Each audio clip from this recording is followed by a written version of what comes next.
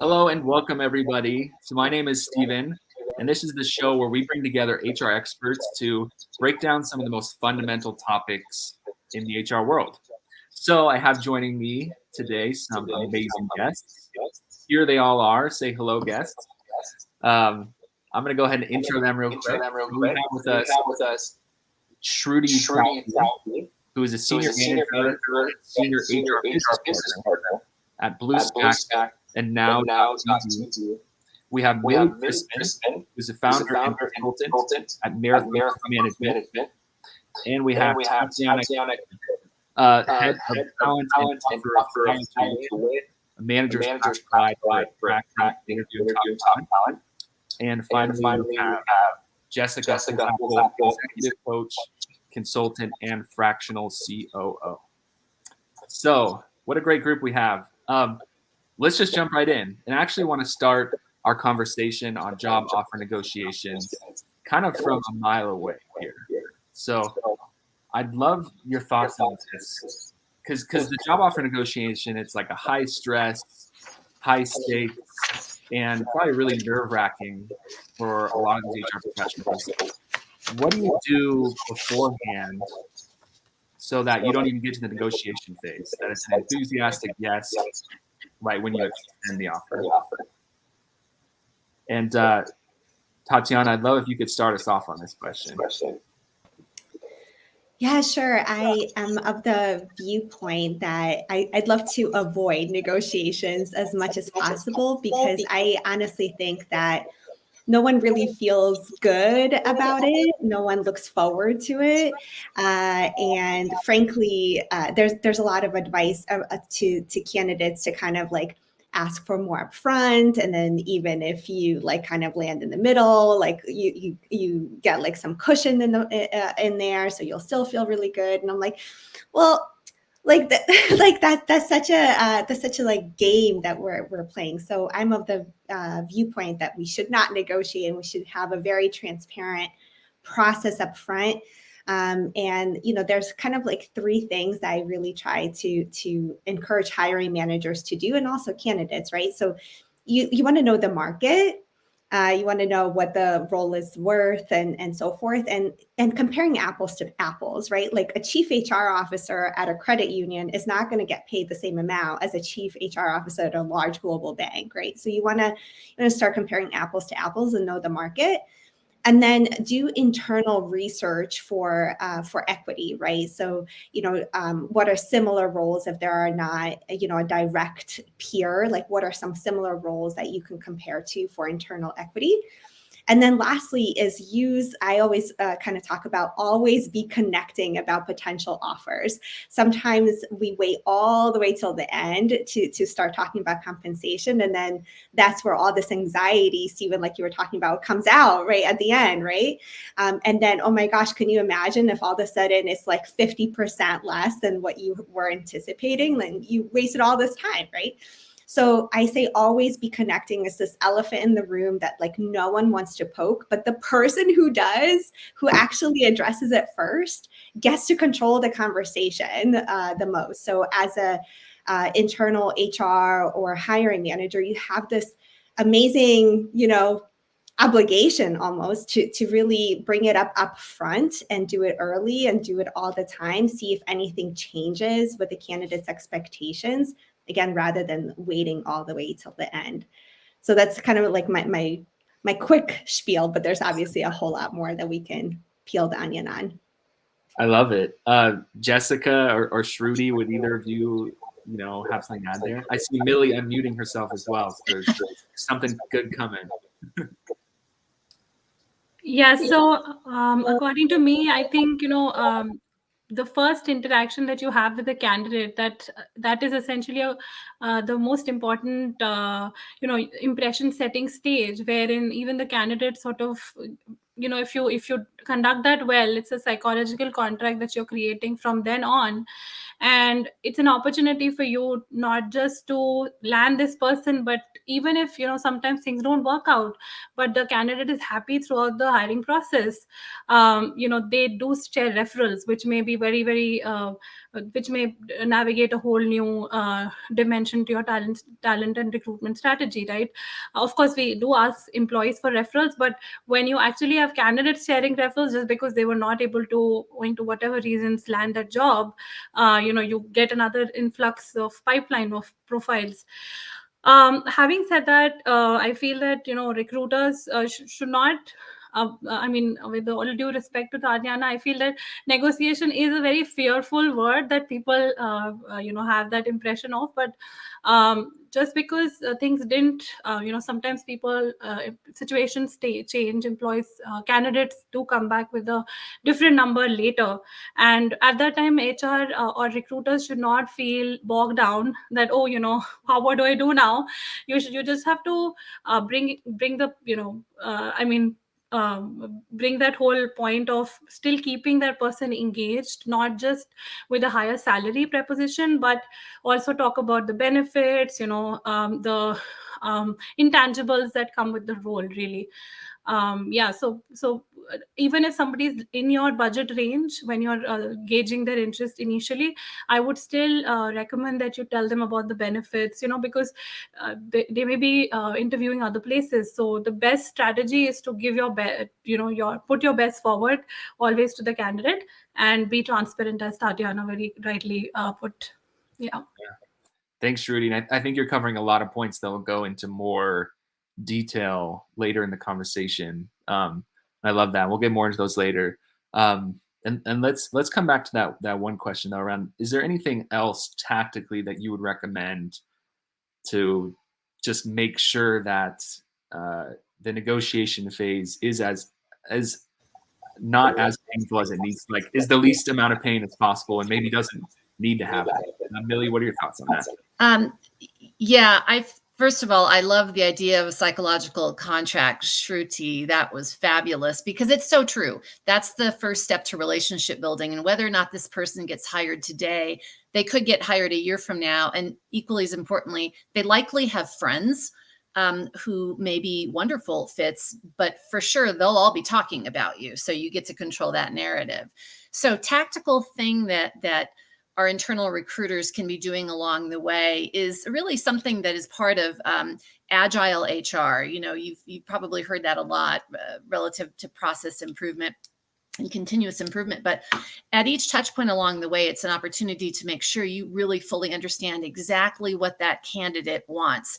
The other piece, and I'll tell you what I mean, but the other important thing to understand is negotiating often leads people to think about one thing, and that's base salary. And I think Shruti touched on it.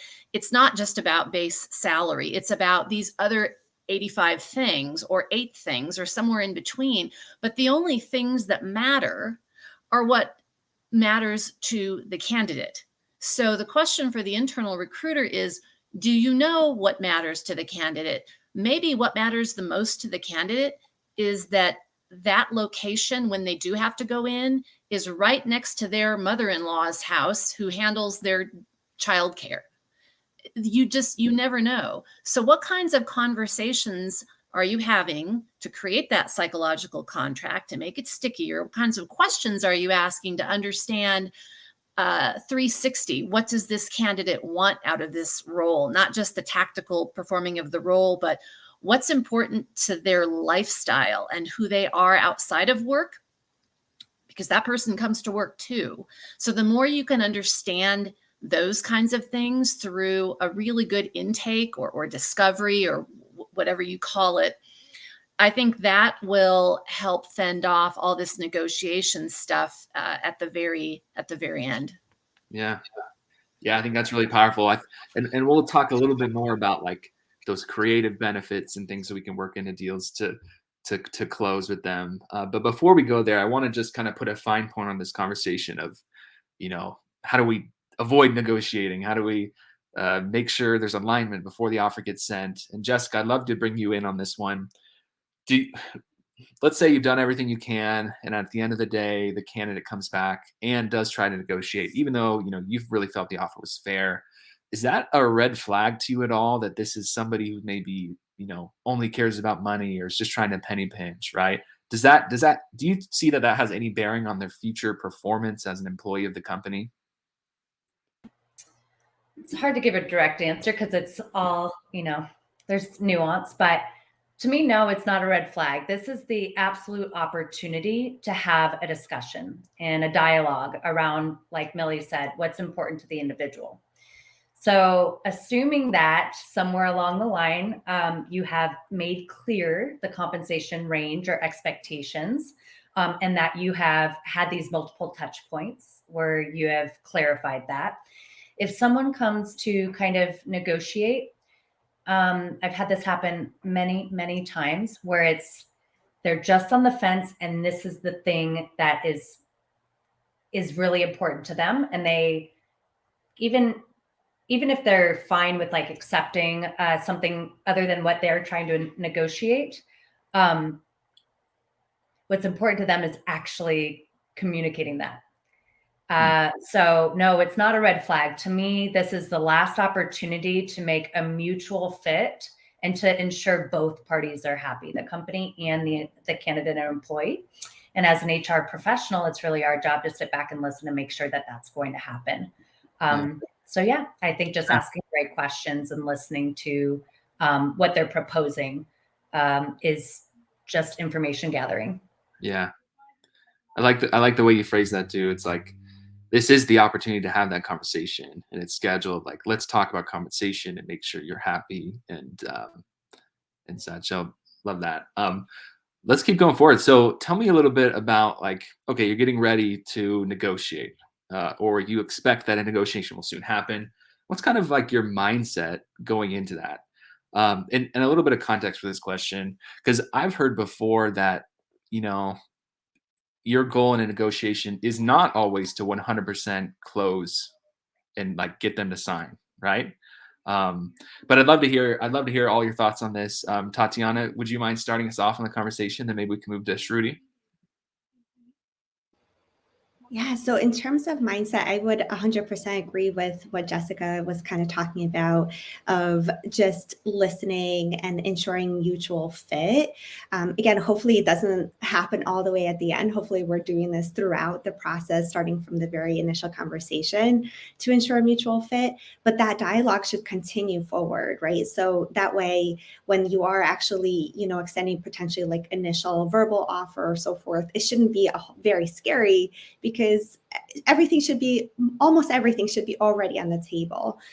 So Jessica, I too have come to an end where it's like this one little thing, it's like that sticking point, and there might be on the fence, and it's that last thing that's going to, get them to the edge to accept.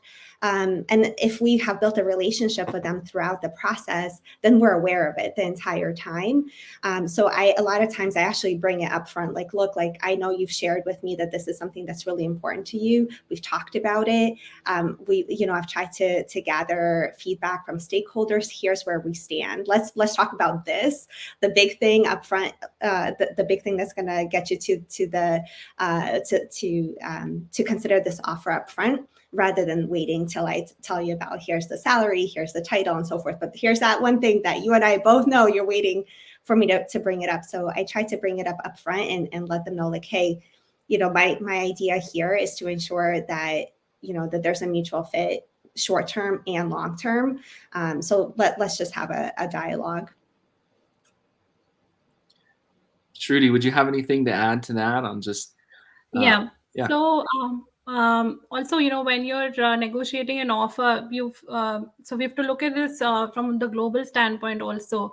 So when you talk about hiring globally, there's certain cultures or certain countries where, even though you've sort of had a contract, there is always that scope for negotiation that's inbuilt. So, in that scenario, if you consider that as a red flag, that's definitely something that should not be done. And even generally, in the times of the great resignation, and now that's being coined as the great retention, you have to be open to discussing candidates or a would-be employees offer that you probably gave, like in regions like India, the notice period for tech hiring is almost 1 month to 3 months. So in that duration, there are recruiters that are continuously calling them and giving them the they're attracting them with a better compensation or the brand name or whatever.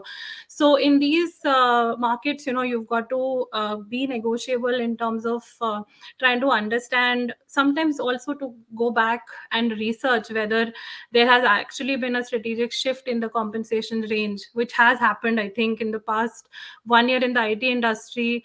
There has been a crazy amount of difference in what it was 2 years ago, the compensation for a tech person, and what it is now. So yeah, sometimes as an industry, we need to recalibrate and understand what's going out there. And that's why hiring is so important. I mean, every function of HR is very important, but I think recruiters are the real heroes, because they're really bringing in the flux of people who are making the company what it is. So when you talk about negotiation, you are actually negotiating and putting your brand out there to the candidate. You're talking about what culture you have. So even as an employer, your visibility increases in the market. So take that as an opportunity, not just focus on the short-term goal, which is to close a candidate. It's a much bigger game. Yeah. Thank you. Let's move a little bit into sort of the who of negotiation, because I'm sure there's some people out there that's like, okay, is this really my responsibility as an HR person? Is this the hiring manager? Is there somebody else that I should be involved in? Tatiana, I know you talked about bringing in different stakeholders and getting their feedback. Jessica and Millie, I'd love to hear your thoughts on kind of the who should be involved in this negotiation. So no one answer there. I think that's a conversation before the job even gets posted. I think you figure that out as part of your strategy. I've worked over the years with hiring managers who want no part of that. I need this, you get it for me, see you later. This is the person, this is the profile of the person I want. I've worked with hiring managers that are very offended that you would dare manage their checkbook for them. And from my colleagues that they're nodding their heads, I'm not alone, and I'm not saying anything original. So I think the answer is you've got to nail down who's who in the zoo, I'll call it, as part of your customer service internally to your client, which is likely the hiring manager, and figure it out then. But it could be the hiring manager, it could be the HR VP or head of HR, or it could be the recruiter. I mean, it should never be another peer. So any of those people would make sense. It's just largely dependent on the culture of the company and that personal preference of the hiring manager, in my opinion. Jessica, we'll see what your thoughts are on that. Yeah, I would agree that it depends on the size and stage of the company and the, culture itself, if you will. But I would encourage anytime it be some type of HR professional or some type of skilled professional that can handle all the things that we've been discussing, right? Like a curveball that gets thrown at them in the conversation. Regardless, the information you should anticipate the questions, and that person should be prepared to answer them. I would personally discourage the hiring manager or someone that is, strictly budget conscious on the call. Again, we have to remember that this person will go to work with these other people. So if they had to negotiate salary and then they have to report to one another, either the candidate might be less inclined to actually share their true feelings or concerns to someone that they might be reporting to, or the hiring manager or supervisor might actually be taken aback by the fact that they're offering more. So often, especially it can be an external recruiter is always really helpful in this regard, or even an internal recruiter that's not necessarily a stakeholder in the supervisory role, because a candidate might ask for something and they're like, "Hey, I'm coming from a job where my comp was XYZ. It doesn't necessarily make sense for me to leave for something that's equivalent." And I've had to go back to the decision makers and share with them, "You're not going to get this person for that rate." And I start negotiating with the internal decision makers, if that makes sense, and sharing them with them the benefit of why I think that they should reassess the offer. So for those reasons, I think anyone that's not directly tied to the supervision of this role, or anyone that can actually have the open dialogue where those negotiations can take place and not necessarily affect that person working on the team in the future. Yeah, that's all great. Yeah, but let's say that you've kind of done this analysis and like, okay, or maybe the CEO comes in and says, you know what, like Millie was saying, like, I don't want you in charge of my checkbooks. Like, let me do this negotiation. How would you advise an HR professional to advise the CEO in that situation? Because that becomes kind of this interesting dynamic. And how can that HR professional educate who will be doing negotiation? I've done that. I've done that more times than I care to admit. Something Jessica alluded to is really critical in that if they want to take over the negotiations, fine. It's not the hill you want to die on. However, arm them with information. Do they understand how to talk about benefits? Do they understand what precedent has been, what we've done for other people we've hired fairly recently in the last, call it, year, relative to PTO or some other things where we may or may not have flexibility? I would go tactically, I would go through a what if scenario with that person, the CEO, and say, what if they say this? What if they say that? Go through 12 what ifs in key areas around benefits, the health medical stuff, the other kinds of benefits, culture stuff, work hours stuff, base salary stuff, and really make sure that that person is armed with how they're going to answer things. Because while they have authority, they may not have the breadth of knowledge you have for the things that you've done relative to hiring other people. And now we could start creating things like internal inequity. We could have, we could be violating our own policies without knowing it. And then we get into all kinds of sticky wickets that guess who gets to clean up after the negotiations. Yeah, that's an awkward moment. Now I have to fix this thing that somebody else messed up. So we want to avoid that. I think that's great advice, Millie. We've kind of danced around this subject for a little bit, and we've all kind of talked about different aspects of these like creative benefits, right? Or creative things that we can bring up in a negotiation to try to get to that yes. So I want to spend a little bit of time talking specifically about that, and really just help us understand what is on the table in a negotiation, right? Is it usually just the base salary, or what other creative things come up? Shruti, I'd love if you could start us off in this one, and then maybe Tatiana can jump in and share her thoughts as well. So I think because especially in the tech industry, the age of startups, it's so many interesting things happening in the benefit space. Of course, the commercial, the entirely financial benefits, wherein so I'll talk about it from in a modular manner. So first is your fixed comp, right?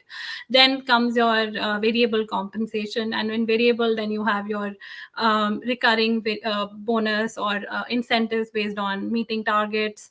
Then comes more I think cultural building benefits, where you're talking about PTOs, different types, where now it's, I think everybody, especially people who are working from home in the remote setup, you make your own hours.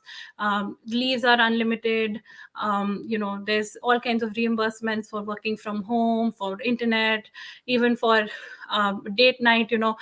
Sometimes I've heard certain companies have even set up professionals who can take care of the babies, and the couples can go out for for a date night. So all kinds of combinations happening, and it's very interesting, because so the main philosophy is, you're taken care of. So you worked hard, now you got to party harder. So whatever party means for you, if it means going out with friends, if it means going on a date night, if it means reading, so you have a book club within the company that you can connect with. I think Tatiana is herself an author, so I think she can share as to how she came up with that theory of really writing a book, and Jessica herself is thinking of writing one. So I'm sure that's the culture also that they've sort of been exposed to, that leads to those kind of conversations.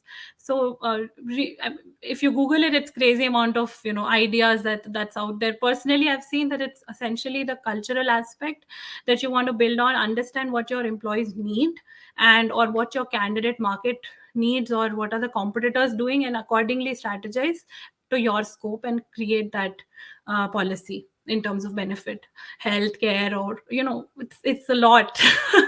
So yeah, it's lots to play with. Yeah, I would also build on a couple of my colleagues here had mentioned it. It all depends on what's important to the candidate themselves. So now I have not been in a situation where we offered new benefits because of a negotiation, but I was able to highlight specific benefits in extending an offer that would be important to them. For example, I right now work for an Israeli bank, and we have a $500 stipend for each year for someone to go visit Israel. To someone that who has no family and no intention to go to Israel, that would be like, oh, okay, why would you bring that up to me? But if I if I'm talking to someone who shares like, hey, I'm a Hebrew speaker, I have family in Israel, that, and extending an offer, like, by the way, we also have every year we have a stipend to go to Israel. Every time I've extended it, and it's $500. It's not this huge benefit in the grand scheme of things, right? But every single time I say that to someone, their eyes light up. They're like, really? Wow, that's so cool. So it all depends, right? Like tuition reimbursement is important to some people, may not be important to others, and so forth. But what I have seen the most negotiations where they come back with most recently is actually around title, that just having like the senior in front of it, or so forth. That has been the most common as of recently for me.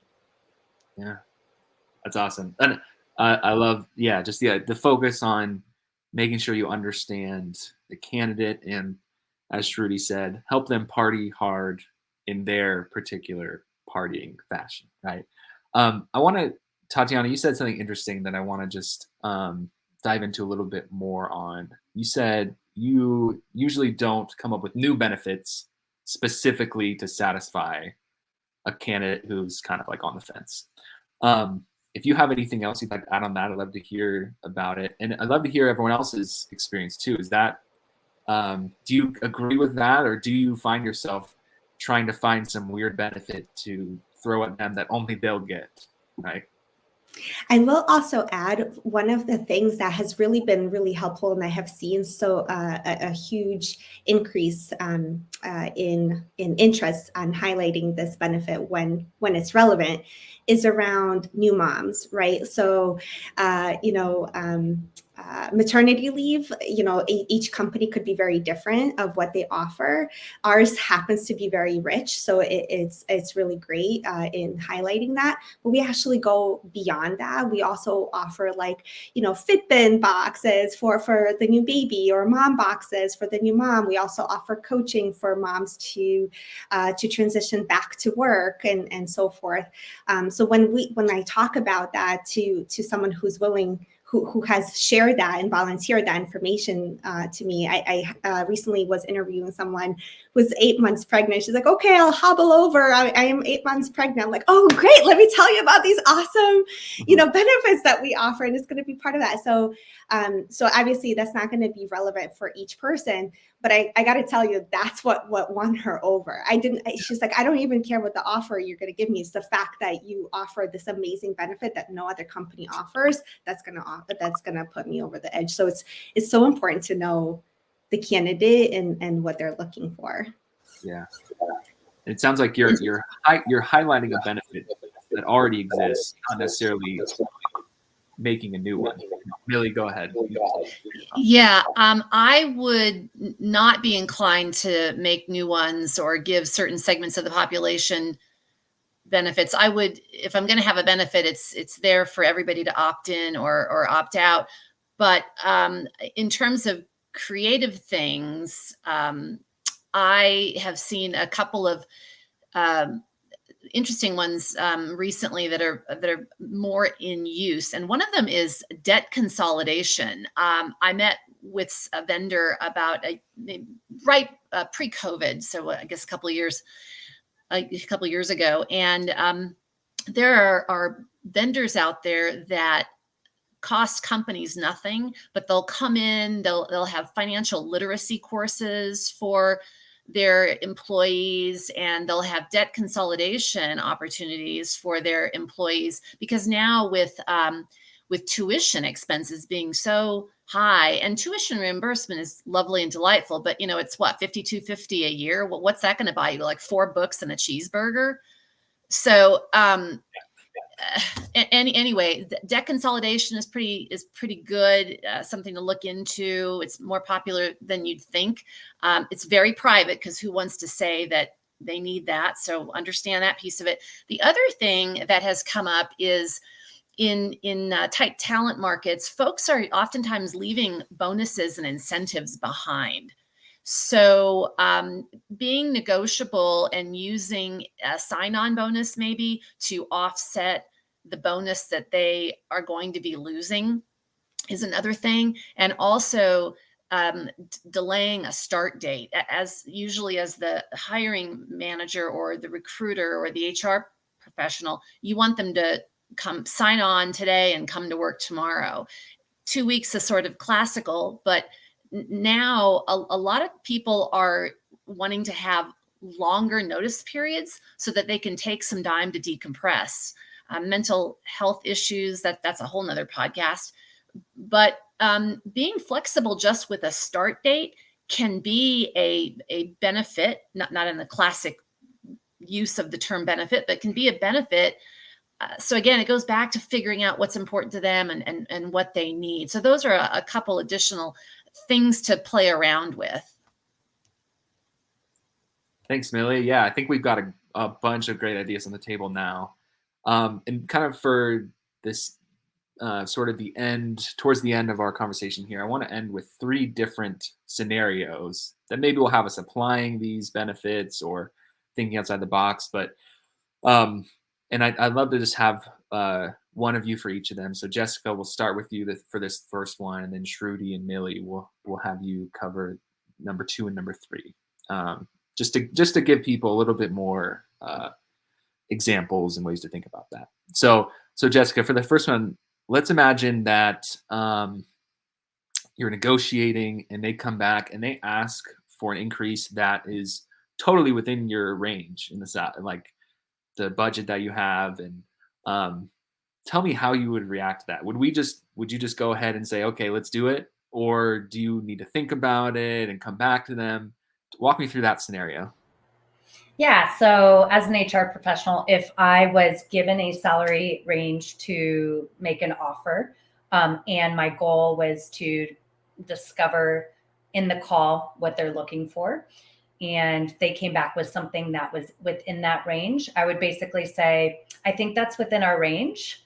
Want to go through the other points that we had talked about, kind of those, soft benefits and the rest of the offer. And again, I would ask more questions. And if everything lined up from there, then I would say, I think we can go with that X dollar amount. If does that all sound good? And again, leave for any lingering questions or clarification. And then if it sounds good, then say, great, I'm going to propose this to the team. We'll send you over a written offer within 24 hours. And then again, follow up expectations with what they can expect from there. But I would, and it's not intentionally to like play a game or anything, but I would hold my cards a little bit close just to extract any additional information and find out, how firm they are on that. And if that's their biggest priority. And again, reaffirm all the benefits that come along with the job. Yeah. Home run. Thank you, Jessica. Shruti, let's jump to you for this next scenario. So let's say you've extended the offer and they come back and they offer something that's, way outside, well, maybe not way outside the range, but it's above the range that you're kind of authorized and is within budget. But like throughout the course of the interviewing and everything, you've really felt that this candidate is strong and is just somebody you really need in the company. So what would your recommendation be in terms of especially like communicating with internal stakeholders to figure out, to convince them, right, that we need to hire this person, even though they're above budget? Well, walk us through that scenario. Sure. So I would still have the conversation with the candidate also, and I would not completely convince myself that I need to go back to the internal stakeholders until I know for sure that that's something that's not negotiable from the other side. Because I have seen in the past where people have quoted a higher figure, but they have come on a lower salary because they were intrigued by how they were contributing at work and what meaning that was bringing to them in their life. So like I said, it's more than just compensation. So I try to channel that part of the conversation also, where I'm talking about the roles and responsibilities, the other parts of the benefits and the compensation. Then of course, if it's a done deal, then I go back to the internal stakeholders and understand whether this role is a niche role for which I can't, if the cost of hiring is going to be more for me, then it's better to just close on what I have and show those numbers to the management or to the hiring managers and have that conversation. And sometimes I've observed that if you have a very small team and somehow the market is, like I said, as such doing really well, and you need to perhaps intervene and think about how you're compensating your current employees, then you do that and perhaps create a new pay parity within the company. Of course, that is only if the budget is there and there are other things to think about. And like Millie said, that would be another podcast. I don't want to get into that right now, but so you need to really think about how delaying the process of hiring another person for that role will affect the business. If it's something that is a niche, if this person is irreplaceable, you essentially show the numbers, get the management buy-in, and do what you have to do. Yeah. Yeah. Perfect. I love that response. And then Millie, last one's for you. We talked about the what ifs and making sure the CEO goes through the what ifs. This is another what if. So let's say they ask for something way outside the range and you don't think it's worth it. You think this is crazy. Who is this person? Right? Like there's no way that you think you should or will try to meet their demands, right? Demands, in quote. Do you just cut off communication with that candidate? Tell me what you would do in kind of that scenario. Well, first of all, I hope that you wouldn't get that kind of a shock if you've been asking the right questions all along the way. So let's hope that this is an outlier question. We're just having fun exploring. That never happens. Having said that, I honestly would not say no right away. I would firmly let the candidate know that is exceptionally out of range and I would use a modifier so they know that it isn't just, $1 out of range, that it's exceptionally out of range. And I would buy some time, let them know I'd get back to them, hold tight. And I, at that point in time, would go back to the hiring manager. I would really revisit budgeting. I would really look at internal equity, because here's where you can get in trouble. I would look at internal equity and I would start comparing the experience with this candidate against every single person in that role across the organization. It would need to be very thorough. I would take a scan at gender as well. I would take a look at, all of those factors. I would also take into consideration how long the job posting has been open, because that tells you something about the market. And what you're trying to do by taking a look at all these data points is build a case. And you're not saying no, you're proving to yourself whether or not you could say yes or you should say no, and let the data drift down and speak for itself. I would present all the data to the hiring manager or the CEO or whomever's in that decision-making party, the stakeholders, and together collaborate on, does the data support a no and a closure, or does the data support a yes, or does the data support a yes with yet another counter offer? Amazing. Thank you, Millie. You guys all had great answers there. So I want to try to squeeze in just one more question here at the end, and let's all just try to answer in 1 or 2 sentences. This one, I think this can be a pretty quick one. And obviously, Tatiana, we want to bring you back in here first to cover this one. But to the people listening, watching, what is one thing that they can start doing today, right now, that will help them improve their negotiation skills? So we've kind of talked about like strategies, but like now I'm thinking, okay, I'm on the call and I'm so nervous, and how do I, like, we have the concrete strategies, but what are some things you would recommend people start doing to improve their negotiation skills? My biggest advice is to embrace silence. I think a lot of times as humans, we have this desire to fill silence. So when a candidate comes back and says, hey, that's too low.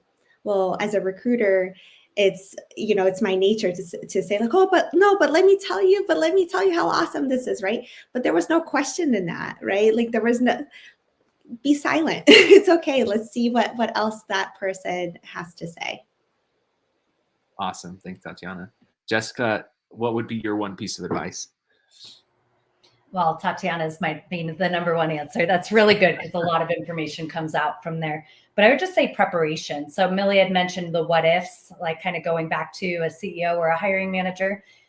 If you are new to HR, you can go to someone senior that's been hiring before, and you could say, what types of questions come up on calls like this, or have you experienced? Senior managers have been through this dozens, if not hundreds of times. And so you can kind of take note of all of those questions and prepare yourself to make sure that you have all the answers. So I think we have a lot more confidence when we feel prepared going into a conversation. Great. Shruti? So I would say to embrace negotiation as a life skill. In fact, you're negotiating in everything that you're doing. So not be fearful of it, but embrace it, and be really, like Tatiana said, try to really assess what the candidate wants. So your listening skills have to be really strong, and you have to accordingly market a strategy to affect the person's core interests, so that you can bind them in a psychological contract with the company that you want to get them onboarded. That's it. Awesome, Shruti. Millie, we'll give you the last word here. I'll give you a stop and I'll give you a start. Stop asking questions designed to see how well the candidate is going to fit what you want, and start asking questions to see how well what you have, what you offer will fit that candidate. Powerful. Thanks, Millie. So thank you all for being here, watching, listening with us. If you want to know more about job offer negotiations, we actually have an article about it in our HR encyclopedia, along with about 100 others on different hiring topics. And please go meet these panelists, connect with them on LinkedIn.